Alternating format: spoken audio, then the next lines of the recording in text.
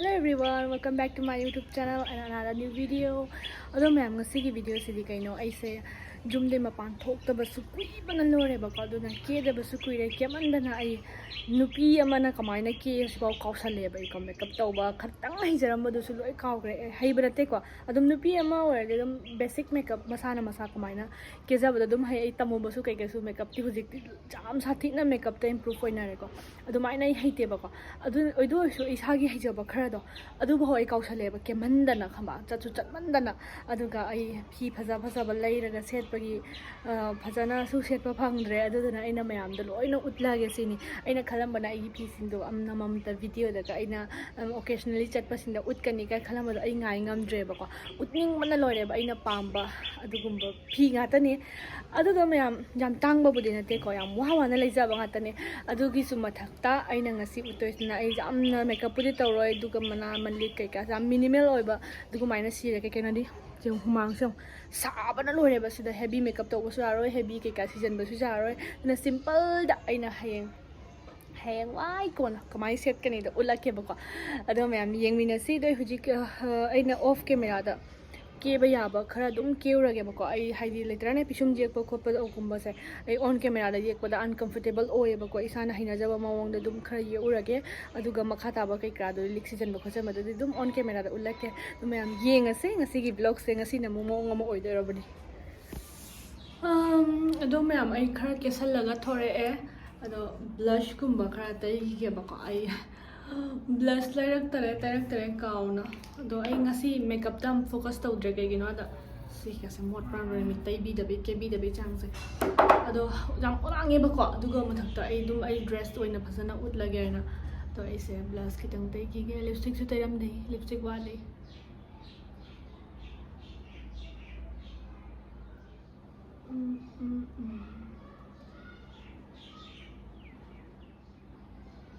highlighter kitang ga taisan ge ko highlighter kitang thage khut na tha ba noi doi kem tai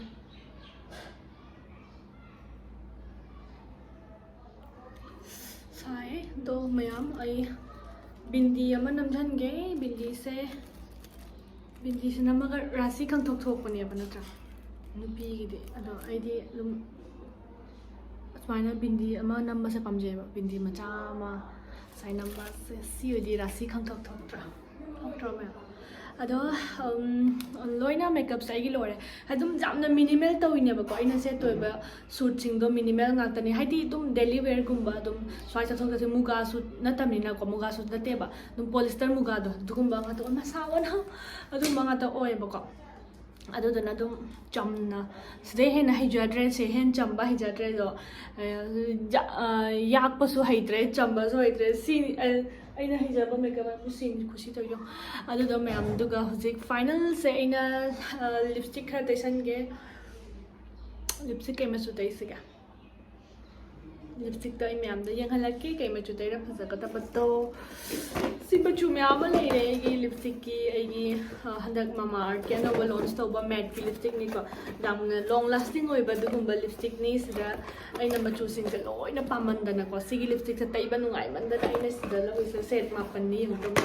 ouch set mapan magne mo pa set mapan se machu loi phajai mayam da amamam ta tawna ai hujik utlake mayam da aduga ai su tairake ba ko ado aina mayam jinman da jam dry oiba lipstick se pam de ba ko creamy oiba matte oiba dugumba lipstick se pami adu duna aina jengak ma matam da mama art ki se lipstick jam chana na phangre ba ko sidai sida set mapan khak lai machu sing se loina indian skin tone da chana ba machu nga ta oi doine ba ko asigi creamy matte lipstick se dum jam satina long lasting oiba pung ni pan gi mathak ta hena long lasting oiba 8 hours ki mathak ta ko do sigi magi color set sing se aina khutta taira ga mayam da dum jeng hanjara ke asigi machu se mayam khoi mama na sathina pami sigi maroon du mai taw base ko magi set maming su loina thara lengun ai mayam da pam di set maming su sonda nakana thon jaram ge sonna kan horen texture si su jeng view mayam asi jamna smooth oirga thot lauri ba chima na taiba matam da kai kino habadi mama art ki product ta yawi ba ingredients sing natural ingredients ngata ne ba si da harmful amadi chemical amta yaude ba adu duna jam sathina santi da sijina ba ya ga ne ba ko haidi chemical taira ga chiman sokani khokani haiba gi chingna ba ka imta leite mayam adu ka khwai ꯈ꯭ꯋꯥꯏꯗꯒꯤ ꯅꯨꯡꯉꯥꯏꯕ ꯄꯥꯎ ꯑꯃꯅ ꯃꯃꯥ ꯑꯥꯔꯠꯁꯦ Flipkart Nykaa Amazon ꯄꯔꯄꯜꯅꯆꯤꯡꯕ ꯑꯁꯤꯇ ꯅꯠꯇꯅ ꯃꯌꯥꯝ ꯑꯗꯣꯝꯒꯤ ꯑꯅꯛꯄ ꯁ꯭ꯇꯣꯔꯗꯁꯨ ꯃꯃꯥ ꯑꯥꯔꯠꯀꯤ ꯄ꯭ꯔꯗꯛꯁꯦ ꯂꯣꯏꯅ ꯐꯪꯉꯕꯅꯦꯕ ꯍꯧꯖꯤꯛꯇꯤ ꯑꯦꯅꯤ ꯁ꯭ꯇꯣꯔꯗꯀꯣ ꯑꯗꯣꯝꯒꯤ ꯑꯅꯛꯄꯗ ꯃꯃꯥ ꯑꯥꯔꯠꯀꯤ ꯄ꯭ꯔꯗꯛꯁꯦ ꯎꯕ ꯇꯥꯔꯒꯗꯤ ꯁꯤꯖꯤꯟꯅꯕ ꯇꯥꯔꯒꯗꯤ ꯂꯩꯔꯒ ꯑꯩꯒꯤ ꯀꯣꯃꯦꯟ ꯇꯧꯕꯤꯔꯝꯃꯣ ꯑꯗꯨꯒ ꯃꯦꯁꯦꯖꯇꯁꯨ ꯍꯥꯏꯕꯤꯔꯝꯃꯣꯕꯀꯣ ꯑꯗꯣ ꯃꯌꯥꯝ ꯁꯤꯒꯤ ꯑꯩꯒꯤ ꯁꯦꯠꯁꯤꯡꯁꯦ ꯇꯩꯔꯒ ꯃꯌꯥꯝꯗ ꯐꯖꯅ ꯑꯩ ꯎꯠꯂꯛꯀꯦ ꯃꯌꯥꯝ ꯈꯪꯅꯕꯅꯦꯅꯀꯣ ꯑꯗꯣ ꯃꯆꯨꯁꯤꯡꯁꯤꯒꯤ ꯃꯃꯤꯡꯁꯨ ꯊꯣꯛꯍꯟꯖꯔꯝꯒꯦ ꯑꯗꯣ ꯃꯌꯥꯝ ꯌꯦꯡꯁꯦ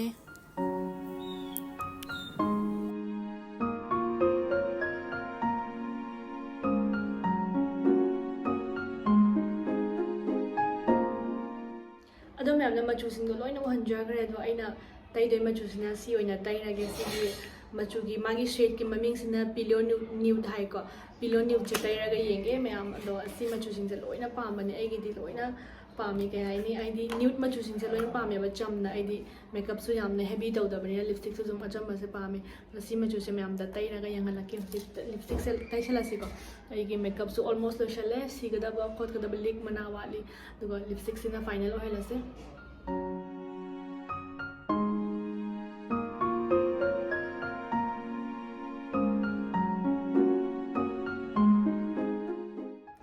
ꯃꯌꯥꯝꯗꯣ ꯑꯩ ꯂꯤꯞꯁꯇꯤꯛꯁꯦ ꯇꯩꯕ ꯂꯣꯏꯔꯦ ꯑꯗꯣ ꯂꯤꯞꯁꯇꯤꯛꯁꯦ ꯇꯩꯕꯗ ꯑꯗꯨꯛꯀꯤ ꯃꯇꯤꯛ ꯅꯨꯡꯉꯥꯏꯕ ꯌꯥꯝ ꯁꯣꯐ്ट ꯑꯣꯏꯔꯒ ꯃꯦꯠ ꯑꯣꯏꯔꯁꯨ ꯌꯥꯝ ꯁꯣꯐ്ट ꯑꯣꯏꯌꯦꯕꯀꯣ ꯑꯗꯣ ꯑꯩꯅ ꯃꯦꯠꯀꯤ ꯂꯤꯞꯁꯇꯤꯛ ꯑꯦꯅꯤ ꯃꯦꯠꯀꯤ ꯂꯤꯞꯁꯇꯤꯛ ꯇꯩꯕ ꯃꯇꯝꯗꯅꯦꯀꯣ ꯍꯥꯏꯗꯤ ꯆꯤꯟꯕꯥꯟꯗ ꯌꯥꯝ ꯇꯥꯏꯠ ꯑꯣꯏꯔꯒ ꯀ꯭ꯔꯛ ꯀ꯭ꯔꯛ ꯂꯥꯎꯕꯗꯣ ꯑꯩꯉꯣꯟꯗ ꯍꯩꯅꯗꯦꯕ ꯀꯩꯒꯤꯅꯣ ꯍꯥꯏꯗꯤ ꯑꯩ ꯃꯆꯤꯟꯗꯣ ꯍꯥꯏꯗꯤ ꯌꯥꯝꯅ ꯍꯥꯏꯗꯤ ꯁꯤꯗ ꯔꯤꯡꯀꯜꯁꯀ ꯃꯌꯥꯝ ꯂꯥꯛꯄꯅꯦ ꯆꯤꯟꯕꯥꯟꯗ ꯑꯗꯨꯗꯣ ꯄꯥꯝꯗꯦꯕ ꯁꯤꯁꯤꯅ ꯃꯦꯠꯁꯨ ꯑꯣꯏꯕ ꯑꯗꯨꯒ ꯌꯥꯝꯅ ꯁꯣꯐ്ट ꯑꯣꯏꯕ ꯁ꯭ꯃꯨꯠ ꯑꯣꯏꯕ ꯑꯗꯨꯒꯨꯝꯕ ꯃꯦꯠ ꯂꯤꯞꯁꯇꯤꯛ ꯑꯃ ꯄꯥꯝꯃꯝꯕꯗ ꯑꯩꯅ ꯁꯤꯒꯤ ꯃꯃꯥ ꯑꯥꯔꯠꯀꯤ ꯂꯤꯞꯁꯇꯤꯛꯁꯦ ꯐꯪꯖꯕꯅꯦꯕꯀꯣ ꯃꯌꯥꯝꯗꯣ ꯁꯤꯒꯤ ꯁꯦꯠꯁꯤꯁꯨ ꯑꯗꯨꯛꯀꯤ ꯃꯇꯤꯛ ꯃꯆꯨꯒꯤꯗꯤ ꯂꯣꯏꯅ ꯐꯖꯔꯦ ꯃꯌꯥꯝꯗꯁꯨ ꯂꯣꯏꯅ ꯎꯠꯆꯈ꯭ꯔꯦ ꯑꯩꯅ ꯇꯩꯔꯤꯁꯤꯁꯨ ꯎꯠꯆꯈ꯭ꯔꯦ ꯁꯤꯁꯤꯅ ꯑꯩꯒꯤ ꯁ꯭ꯀꯤꯟ ꯇꯣꯟꯒꯁꯨ ꯌꯥꯝ ꯆꯥꯟꯅꯔꯦ ꯅ꯭ꯌꯨꯠ ꯀꯂꯔꯁꯦ ꯁꯤꯁꯦ ꯌꯥꯝ ꯄꯥꯝꯃꯦꯕꯀꯣ ꯑꯗꯣ ꯃꯌꯥꯝꯅ ꯃꯃꯥ ꯑꯥꯔꯠꯀꯤ ꯑꯦꯅꯤ ꯂꯤꯞꯁꯇꯤꯛ ꯈꯪꯗꯦ ꯃꯃꯥ ꯑꯥꯔꯠꯀꯤ ꯄ꯭ꯔꯗꯛ ꯈꯪꯗꯦ ꯂꯧꯅꯤꯡꯕ ꯇꯥꯔꯒꯗꯤ ꯑꯩꯒꯤ ꯀꯨꯄꯟ ꯀꯣꯗ SSD 2024 ꯁꯤꯖꯤꯟꯅꯔꯗꯤ ꯃꯌꯥꯝꯗ 20% ꯑꯣꯐ ꯐꯪꯒꯅꯦꯕꯀꯣ ꯑꯗꯣ ꯃꯌꯥꯝꯁꯨ ꯃꯃꯥ ꯑꯥꯔꯠꯀꯤ ꯄꯣꯠꯆꯩꯁꯤꯡꯁꯦ ꯄꯥꯝꯕ ꯇꯥꯔꯒꯗꯤꯀꯣ ꯃꯃꯥ ꯑꯥꯔꯠꯀꯤ ꯑꯦꯅꯤ ꯄꯣꯠꯆꯩ ꯃꯦꯀꯞ ꯀꯣꯁꯃꯦꯇꯤꯛꯁꯀꯤ ꯑꯣꯏꯔꯣ ꯁ꯭ꯀꯤꯟ ꯀꯦꯌꯔꯒꯤ ꯑꯣꯏꯔꯣ ꯄꯥꯝꯕ ꯅꯠꯇꯅ ꯐ꯭ꯂꯤꯞꯀꯥꯔꯠ ꯅꯥꯏꯀꯥ ꯑꯦꯃꯥꯖꯣꯟꯗ ꯏꯂꯥꯏ ꯂꯥꯏꯅ ꯄꯣꯠꯆꯩ ꯐꯪꯉꯕꯅꯤ ꯃꯃꯥ ꯑꯥꯔꯠꯀꯤ ꯄꯣꯠꯆꯩ ꯃꯌꯥꯝ ꯐꯪꯉꯕꯅꯦꯕꯀꯣ ꯑꯗꯣ ꯐ꯭ꯂꯤꯞꯀꯥꯔꯠ ꯅꯥꯏꯀꯥ ꯑꯦꯃꯥꯖꯣꯟ ꯑꯃꯗꯤ ꯄꯔꯄꯜꯅꯆꯤꯡꯕꯗꯀꯣ ꯑꯗꯨꯒ ꯀꯤꯆꯟꯗꯁꯨ ꯍꯥꯞꯆꯔꯝꯒꯦ ꯀꯨꯄꯟ ꯀꯣꯗꯁꯨ ꯍꯥꯞꯆꯔꯝꯒꯦ ꯑꯗꯨꯒ ꯃꯃꯥ ꯑꯥꯔꯠꯀꯤ ꯃꯥꯒꯤ ꯃꯁꯥꯒꯤ ꯋꯦꯕꯁꯥꯏꯠꯁꯨ ꯍꯥꯞꯆꯔꯝꯒꯦ ꯑꯗꯣ ꯃꯌꯥꯝꯁꯨ ꯑꯗꯨꯝ ꯁꯤꯖꯤꯟꯅꯕꯤꯌꯣ ꯃꯥꯏ ꯄꯣꯠꯆꯩ ꯂꯣꯏ ꯐꯪꯕꯅꯤ ꯃꯃꯥ ꯑꯥꯔꯠꯀꯤ ꯁꯦꯝꯄꯨꯒꯨꯝꯕ ꯀꯟꯗꯤꯁꯅꯔ everything ꯄꯨꯝꯅꯃꯛ ꯐꯪꯉꯕꯅꯦꯕ ꯍꯧꯖꯤꯛ ꯃꯦꯀꯞꯀꯤ ꯄꯣꯠꯁꯨ ꯂꯣꯏ ꯐꯪꯉꯕꯅꯦꯕꯀꯣ ꯑꯗꯣ ꯃꯌꯥꯝꯁꯨ ꯆꯦꯛ ꯇꯧꯕꯤꯔꯣ ꯑꯗꯣ ꯑꯩꯒꯤ ꯁꯤꯒꯤ ꯂꯤꯞꯁꯇꯤꯛꯁꯤꯗꯤ ꯕꯦꯁ ꯍꯥꯏꯅꯤꯡꯉꯦꯀꯣ ꯌꯥꯝ ꯄꯥꯝꯃꯦ ꯌꯥꯝꯅꯁꯨ ꯁꯣꯐ്ट ꯑꯣꯏꯔꯒ ꯌꯥꯝ ꯁꯥꯊꯤꯅ ꯅꯨꯡꯉꯥꯏꯔꯦ ꯑꯗꯣ ꯃꯌꯥꯝ ꯑꯩ ꯑꯣꯜꯃꯣꯁ ꯂꯣꯏꯔꯦ ꯃꯦꯀꯞꯁꯦ ꯑꯗꯣ ꯑꯩ ꯍꯧꯖꯤꯛ ꯐꯨꯔꯤꯠꯁꯨ ꯆꯦꯟꯖ ꯇꯧꯔꯒꯦꯀꯣ ꯂꯤꯛ ꯀꯩꯀꯥ ꯁꯤꯒꯗꯕ ꯋꯥꯠꯂꯤꯗꯣ ꯐꯨꯔꯤꯠ ꯆꯦꯟꯖ ꯇꯧꯔꯒ ꯑꯣꯏꯅ ꯁꯤꯔꯛꯑꯒꯦ ꯐꯨꯔꯤꯠ ꯆꯦꯟꯖ ꯇꯧꯔꯒꯦ ꯑꯗꯨꯒ ꯑꯩꯒꯤ ꯃꯨꯒꯥꯗ ꯍꯥꯏꯈ꯭ꯔꯦ ꯑꯇꯥꯡꯕꯗ ꯄꯥꯝꯕ ꯑꯣꯀꯥꯠꯇꯤ ꯂꯩꯇꯕ ꯑꯩꯒꯤ ꯄꯣꯂꯤꯁꯇꯔꯒꯤ ꯁꯨꯠꯁꯤꯡꯁꯦ ꯄꯣꯂꯤꯁꯇꯔ ꯃꯨꯒꯥ ꯍꯥꯏꯅꯕꯅꯤ ꯄꯣꯂꯤꯁꯇꯔꯒꯤ ꯁꯨꯠꯁꯤꯡꯁꯦ ꯑꯁꯤ ꯑꯩ ꯍꯧꯖꯤꯛ ꯑꯃꯃꯝꯇ ꯑꯩꯅ ꯄꯥꯝꯖꯕꯁꯤꯡ ꯑꯃꯃꯝꯇ ꯁꯦꯠꯂꯒ ꯃꯌꯥꯝꯇ ꯎꯠꯂꯛꯑꯒꯦ ꯑꯗꯣ ꯑꯩ ꯁꯝꯁꯦ ꯐꯥꯖꯤꯟꯈ꯭ꯔꯦ ꯑꯗꯣ ꯃꯌꯥꯝ ꯁꯨꯃꯥꯏꯅ ꯑꯣꯂꯥꯡꯕꯁꯤꯒ ꯁꯝ ꯊꯥꯗꯣꯛꯄꯗꯣ ꯐꯖꯕ ꯈꯪꯗꯦꯕꯀꯣ ꯑꯗꯣ ꯍꯧꯖꯤꯛ ꯑꯩꯒꯤ ꯋꯥꯠꯂꯤꯁꯦ ꯃꯅꯥꯒ ꯂꯤꯛꯀ ꯁꯤꯖꯜꯂꯒꯦ ꯑꯗꯣ ꯃꯅꯥꯒꯤ ꯁꯤꯁꯦ ꯁꯤꯖꯜꯂꯁꯦ ꯃꯌꯥꯝ ꯑꯗꯣ ꯁꯤꯁꯦ ꯎꯕ꯭ꯔꯥ ꯐꯖꯅ ꯁꯤꯒꯤꯁꯦ ꯑꯣꯏꯅ ꯁꯤꯔꯒꯦ ꯀꯩꯅꯣ ꯇꯧꯋꯦꯕ ꯇꯣ ꯃꯤꯅꯤꯃꯦꯜ ꯉꯥꯛꯇ ꯇꯧꯔꯁꯦ ꯉꯁꯤꯁꯦꯀꯣ ꯁꯤ ꯄꯔꯜꯒꯤ ꯃꯅꯥꯁꯦ ꯁꯤꯔꯒꯦ ꯁꯤ ꯒꯣꯜꯗꯟ ꯄꯔꯜꯒ ꯃꯤꯛꯁ ꯇꯧꯕꯁꯦ ꯑꯗꯣ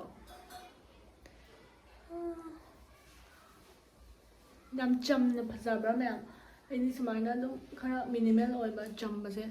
ꯁꯤꯅ ꯍꯦꯟꯅ ꯄꯥꯝꯖꯩꯕꯀꯣ ꯑꯗꯨꯝ ꯃꯩꯇꯩꯒꯤ ꯗ꯭ꯔꯦꯁ ꯁꯦꯠꯂꯛꯄ ꯃꯇꯝꯗ ꯁꯤꯒ ꯅꯈꯥꯡꯗ ꯆꯟꯗꯣꯟ ꯈꯤꯇꯪ ꯅꯝꯃꯗꯤ ꯍꯣꯔꯦꯟ ꯐꯖꯔꯅꯤ ꯑꯗꯣ ꯑꯩ ꯅꯝꯗ꯭ꯔꯦ ꯁꯤꯁꯦ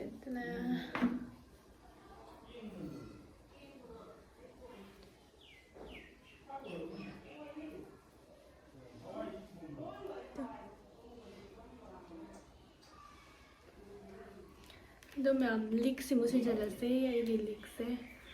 ꯏꯃꯥ ꯌꯥꯝ ꯐꯖꯅ ꯂꯩꯔꯝꯒꯗ꯭ꯔꯥ ꯀꯥꯏꯅ ꯈꯜꯂꯨꯕꯕꯨ ꯎꯜꯇꯥ ꯍꯥꯡꯅ ꯌꯥꯗ꯭ꯔꯦ ꯁꯤꯔꯁꯦ ꯂꯤꯛꯁꯦ ꯁꯤꯝꯄꯜꯗ ꯁꯤꯁꯨ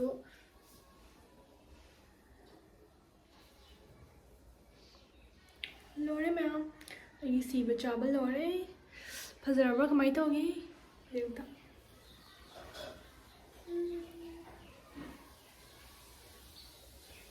ꯑꯗꯨꯗꯤ ꯃꯌꯥꯝ ꯑꯩꯒꯤ ꯁꯤꯒ ꯂꯩꯔꯦ ꯑꯩꯒꯤ ꯄꯥꯝꯖꯕ ꯑꯩꯅ ꯄꯣꯂꯤꯁꯇꯔ ꯃꯨꯒꯥꯗꯣ ꯌꯥꯝ ꯁꯤꯝꯄꯜ ꯑꯣꯏꯅ ꯁꯦꯠꯀꯗꯕ ꯁꯨꯠ ꯈꯔ ꯃꯩꯇꯩꯒꯤ ꯑꯗꯨꯃꯥꯏꯅ ꯃꯅꯤꯄꯨꯔꯤꯒꯤ ꯑꯩꯅ ꯄꯥꯝꯖꯕꯗꯣ ꯈꯔ ꯂꯩꯔꯦ ꯍꯥꯏꯗꯤ ꯄꯨꯝꯅꯃꯛꯄꯨꯗꯤ ꯎꯠꯇ꯭ꯔꯦꯕꯀꯣ ꯑꯗꯨꯝ ꯑꯩꯅ ꯄꯥꯝꯖꯅ ꯈꯔ ꯁꯦꯠꯆꯕ ꯈꯔꯗꯨꯗ ꯃꯌꯥꯝ 5ꯈꯛ ꯑꯩꯅ ꯈꯟꯗꯣꯛꯑꯒ ꯎꯠꯂꯦꯀꯣ ꯑꯗꯣ ꯑꯇꯩꯁꯨ ꯃꯌꯥꯝ ꯂꯩꯌꯦꯕ ꯑꯗꯣ ꯂꯣꯏ ꯎꯠꯂꯔꯣꯏꯒꯦꯕ ꯑꯗꯣ ꯀꯩꯅꯣ ꯇꯧꯋꯦꯕ ꯑꯗꯨꯅ ꯉꯁꯤꯒꯤꯗꯤ ꯁꯤꯈꯛ ꯑꯣꯏꯅ ꯎꯠꯂꯒꯦ ꯑꯗꯣ ꯑꯇꯩꯁꯨ ꯃꯊꯪ ꯀꯣꯟꯅ ꯅꯦꯛꯁ ꯁꯤꯔꯤꯁ ꯁꯦꯝꯃꯛꯄ꯭ꯔꯥ ꯑꯗꯨꯒ ꯑꯗꯨꯃꯥꯏꯅ ꯇꯧꯔꯒꯦ ꯉꯁꯤꯒꯤꯗꯤ ꯚꯤꯗꯤꯑꯣ ꯁꯥꯡꯅꯤ ꯑꯗꯨꯒ ꯌꯥꯝꯅꯁꯨ ꯂꯥꯡꯉꯦ ꯑꯃꯨꯛ ꯁꯦꯠ ꯑꯃꯨꯛ ꯇꯧꯕꯗꯣ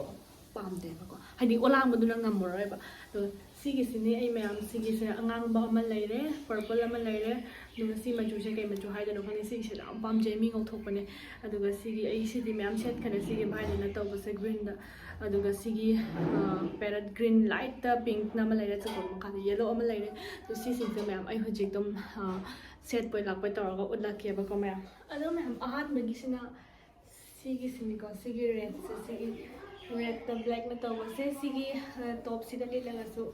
ꯌꯥꯝ ꯄꯥꯝꯅꯦꯕ ꯁꯤ ꯃꯆꯨꯁꯦ ꯁꯤꯒꯤ ꯃꯆꯨꯁꯦ ꯍꯥꯏꯗꯤ ꯌꯥꯝꯅ ꯀꯨꯆꯨ ꯉꯧꯕ ꯅꯠꯇ꯭ꯔꯒꯁꯨꯅꯦꯀꯣ ꯑꯩꯒꯤ ꯁꯤꯒꯤ ꯍꯥꯏꯗꯤ ꯃꯆꯨꯁꯦ ꯌꯥꯝ ꯄꯥꯝꯃꯦ ꯌꯥꯝꯅ ꯔꯦꯠꯁꯨ ꯅꯠꯇꯦ ꯑꯗꯨꯒ ꯃꯦꯔꯨꯟꯗꯩꯁꯨ ꯈꯤꯇꯪ ꯀꯩꯅꯣ ꯃꯣꯔꯣꯛ ꯑꯀꯥꯕ ꯃꯆꯨ ꯍꯥꯏꯒꯗ꯭ꯔꯥ ꯈꯪꯗꯦ ꯁꯤ ꯃꯆꯨꯁꯦ ꯀꯩ ꯍꯥꯏꯗꯣꯏꯅೋ ꯄꯨꯔꯥ ꯉꯥꯡꯁꯪ ꯉꯥꯡꯕ ꯔꯦꯠꯇꯨꯁꯨ ꯅꯠꯇꯦꯕ ꯈꯔ ꯃꯨꯔꯩꯅꯕꯗꯣ ꯑꯗꯣ ꯁꯤꯁꯦ ꯌꯥꯝꯅ ꯄꯥꯝꯖꯩꯌꯦ ꯑꯩꯅ ꯁꯤ ꯃꯆꯨꯁꯦ ꯑꯗꯨꯝ ꯈꯔ ꯃꯧ ꯑꯅꯧꯕꯤꯒꯤ ꯃꯆꯨ ꯍꯥꯏꯇꯥꯔꯦ ꯁꯤꯁꯦꯀꯣ ꯑꯗꯣ ꯐꯤꯕꯨꯗꯤ ꯂꯩꯔꯦ ꯑꯗꯣ ꯕꯣꯔ ꯂꯩꯇ꯭ꯔꯤꯕ ꯑꯗꯨꯝ ꯁꯤꯁꯤꯅ ꯀꯃꯥꯏꯅ ꯇꯧꯏ ꯁꯤꯁꯤꯅ ꯁꯨꯃꯥꯏꯅ ꯏꯜꯂꯕ ꯑꯗꯨꯒ ꯁꯨꯃꯥꯏꯅ ꯏꯟꯕꯁꯨ ꯌꯥꯝ ꯐꯖꯩ ꯁꯤꯁꯦ ꯑꯩ ꯁꯤꯒꯤ ꯕ꯭ꯂꯥꯎꯁꯁꯤꯒ ꯆꯞ ꯆꯥꯟꯅꯈ꯭ꯔꯦ ꯍꯥꯏꯗꯤ ꯁꯤꯒꯤ ꯀ꯭ꯔꯣꯞ ꯇꯣꯞꯁꯤꯒ ꯆꯞ ꯆꯥꯈ꯭ꯔꯦꯕꯀꯣ ꯁꯤ ꯑꯍꯥꯟꯕꯒꯤ ꯁꯤ ꯔꯦꯠꯁꯦ ꯂꯩꯔꯦ ꯇꯅ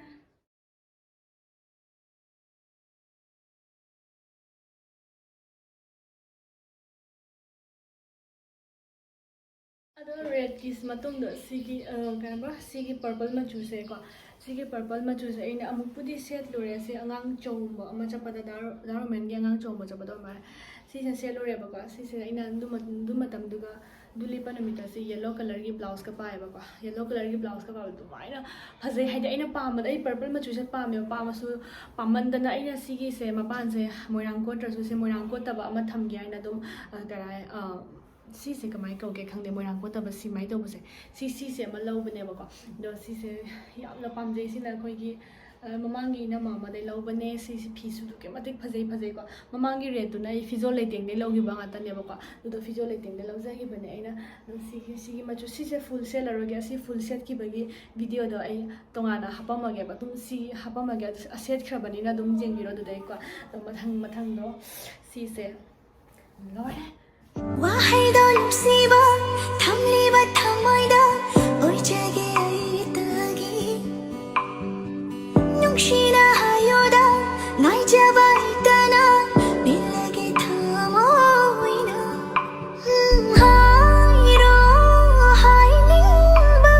따로 다닝바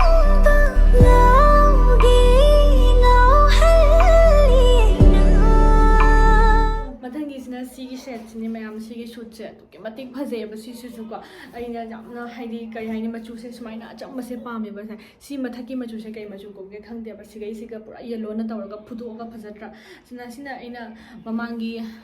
ꯗꯨꯔꯒꯥ ꯄꯨꯖꯥꯗꯣ ꯂꯥꯁꯀꯤ ꯗꯨꯔꯒꯥ ꯄꯨꯖꯥꯗ ꯁꯦꯠꯀꯦ ꯍꯥꯏꯅ ꯑꯩꯅ ꯁꯤꯁꯦ ꯂꯧꯕꯅꯦꯕ ꯑꯗꯣ ꯑꯩ ꯗꯨꯔꯒꯥ ꯄꯨꯖꯥꯗ ꯁꯦꯠꯍꯧꯗ꯭ꯔꯦ ꯗꯨꯔꯒꯥ ꯄꯨꯖꯥꯗ ꯑꯃꯨꯛ ꯀꯩꯗꯧꯔꯤ ꯐꯨꯜ ꯁꯥꯔꯤ ꯃꯌꯥꯝ ꯁꯦꯠꯅꯩ ꯍꯥꯏꯅ ꯐꯨꯜ ꯁꯥꯔꯤ ꯁꯦꯠꯅꯤꯡꯕꯒꯤ ꯃꯩꯅ ꯐꯨꯜ ꯁꯥꯔꯤ ꯑꯣꯏꯅ ꯁꯦꯠꯈ꯭ꯔꯦ ꯁꯤ ꯁꯦꯠꯍꯧꯗ꯭ꯔꯦ ꯑꯗꯣ ꯍꯟꯗꯛ ꯄꯨꯖꯥꯗ ꯁꯦꯠꯄ꯭ꯔꯥ ꯅꯠꯇ꯭ꯔꯒ ꯑꯩ ꯀꯔꯝꯕ ꯃꯇꯝ ꯁꯦꯠꯇꯣꯏꯅꯣ ꯈꯪꯗꯦ ꯁꯤꯒꯤꯁꯨ ꯌꯦꯜꯂꯣꯒꯤ ꯕ꯭ꯂꯥꯎꯁ ꯂꯩꯀꯣ ꯑꯩꯉꯣꯟꯗ ꯑꯗꯣ ꯁꯤꯒꯤꯁꯦ ꯁꯟꯗꯣꯛꯑꯒ ꯁꯤꯁꯦ ꯐꯤ ꯈꯨꯠꯆꯥꯎ ꯑꯃ ꯁꯤꯒꯤꯁꯦ ꯑꯗꯣ ꯁꯤꯗꯤ ꯃꯄꯥꯟꯗꯒ ꯑꯗꯨꯝ ꯁꯨꯃꯥꯏꯅ ꯂꯩꯒ ꯁꯥꯠꯂꯦꯕ ꯁꯤꯁꯨ ꯏꯅꯝꯃꯗꯩ ꯂꯧꯈꯤꯕꯅꯦ ꯑꯗꯣ ꯁꯤꯒꯤꯁꯤꯗꯤ ꯄꯨꯔꯥ ꯁꯥꯔꯤ ꯍꯥꯏꯗꯤ ꯏꯅꯐꯤ ꯃꯇꯦꯛ ꯑꯣꯏꯅ ꯏꯟꯕ ꯌꯥꯏꯑꯕ ꯁꯤꯁꯦꯀꯣ ꯑꯗꯣ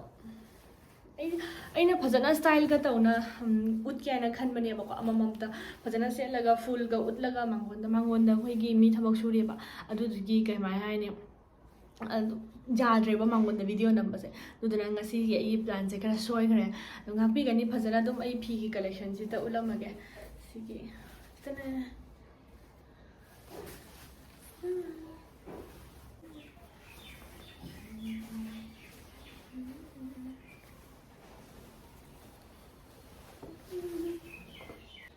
ꯑꯗꯨꯒ ꯃꯊꯪꯗꯅ ꯑꯁꯤꯒꯤ ꯄꯣꯂꯤꯁꯇꯔ ꯃꯨꯒꯥ ꯑꯁꯤꯒꯤ light neon green da sigi violet color na tawbase ko sisi mayam da mamang da mayam set khabne sisi ani ai video da Durga Puja da amuk ama numit nong malai khoramba amada set dore si kaino tar nong malai khoramba amada set dore aduga kaiba hana mamang chahi lokhat ba amada su set dore ba ko ani set na re ba sisi ko ada sigi sina ai jamna du matam duga ba ahan ba igi polyester mugani ko sisi na ahan ba yam pam jana logi ba kai gino ai di sigi violet color se am pam ba ina deep purple su am pami light purple su pami purple bu jaga de tum pam je ba ko da sigi se ani gi combination je yam sathina chana ba duga sigi exact igi blouse su le ba set ki bani sigi photo le am gadra khang dek ko kuira bani na do sisi itik kai no chung je achong banga ta ai chung banga ta hai bani iso do sisi su jam phaje me do sigi sina ma chu se hoi gi kitang chamna selakpa matam da ham phaja bane ba ko sisi chamna selakpa matam ai di ma chu se kitang ing bane ba do sina khang da ai di loi pa mi da isana pam jana lai gi banga ta oi bani na to mayam su phajai phajate hairo do ma chu budi me am watli ai lai ga da ba machu sudri ba ko ado si utle duga chuni gumba moisturize ki ama chuni leitra ne adu mani mayam le ba machu gi ko taina saina suit ta jam leitri adu gumba gi suit aina dum chuni ga kai ka sema ga saba do adu di mayam le ba igi ado si se am pam je si se haidi khangde yamna toina setna da bani na aidi hal na du ihana na dum le ba tina phasa badal loire ai sei isana isa thagalaga kuna kuni yawi haidoni natra do the sina aigi pink color is neon green dani ko light keno ma chu hai tare keno ma chu da koi gi keno na baby pink na oi base si se amuk ilure ba ko do kitang lak thagre chanang kitang wat khina ado si su yam phaja si ma chu si ra mi ing bane ba ko mi nga ai nga si sel pa matam ta ma wono bi mali hai ba ngon ta khamra ado ai nga ningon chakau ba khoi imana bi sing chak chana ba do khoi ningon sing khoi khun gi do in bane ba smai na si mak me ilise smai na mak ni ene ilise pink color gi blouse ka tawra ga ko blouse chana ba tawra ga do si phaje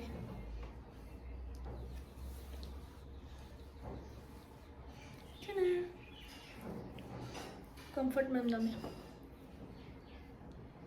si machu si chu pakcha bra do ai wanda karamba machu na kwai da gi hena pakchai da mayam comment so ida to bira kada bani adu hek talk tra ba ai di video sema ro ai sounding ne sabada di loide ai olang bana loide video gi ne na isa se ai nga sa gyan ta dro bani sigi suchi ni ko aina sai se mi se sigi sina kaiba ama do pasmina phanek tu ne ba ko do sigi chuni sina khoi ta ton na igi lebi bane ba ko sisu polyester muga da sina kaino to ba do moirang ko ta bane ba sisu kaino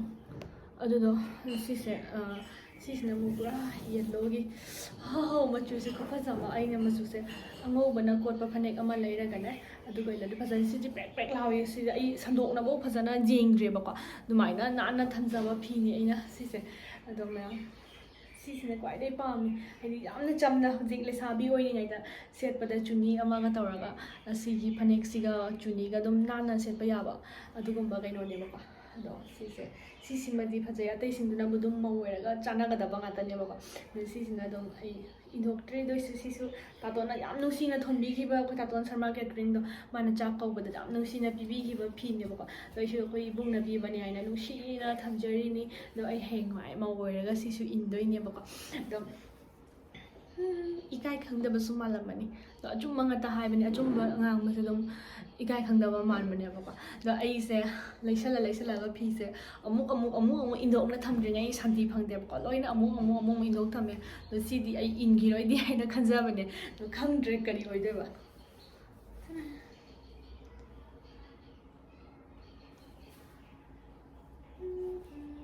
ma'am I fee collection से फम उतलग लोसनग्रे को फजन का उट्रे को कहीं आई सामनगीना हजिक video नंबम जो मौन चाद्रे इन हाइदने अखोय मांगोंद मी थबक सुजन लय मांगोंद full इचगदबदो उतप याद्रेब तो मथंग ma'am को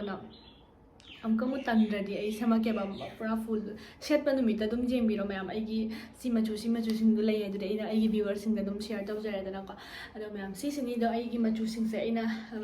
ꯂꯣꯏꯅ ꯄꯥꯝꯖꯩꯀꯣ ꯂꯣꯏꯅ ꯄꯥꯝꯖꯅ ꯏꯁꯥꯅ ꯈꯜꯂꯒ ꯂꯩꯈꯤꯕ ꯉꯥꯛꯇ ꯑꯣꯏꯕꯅꯤ나 ꯂꯣꯏ ꯄꯥꯝꯖꯩ ꯑꯗꯣ ꯃꯌꯥꯝꯒꯤ ꯃꯤꯠꯇꯗꯤ ꯑꯩꯉꯣꯟꯗ ꯀꯔꯝꯕꯅ ꯄꯛꯆꯒꯦ ꯑꯗꯣ ꯃꯌꯥꯝꯅ ꯀꯔꯝꯕꯅ ꯄꯥꯝꯃꯤꯗꯣ ꯁꯣꯏꯗꯅ ꯀꯃꯦꯟ ꯇꯧꯕꯤꯔꯛꯑꯣꯕꯀꯣ ꯑꯩ ꯌꯥꯝꯅ ꯅꯨꯡꯉꯥꯏꯖꯒꯅꯦꯕ ꯑꯗꯣ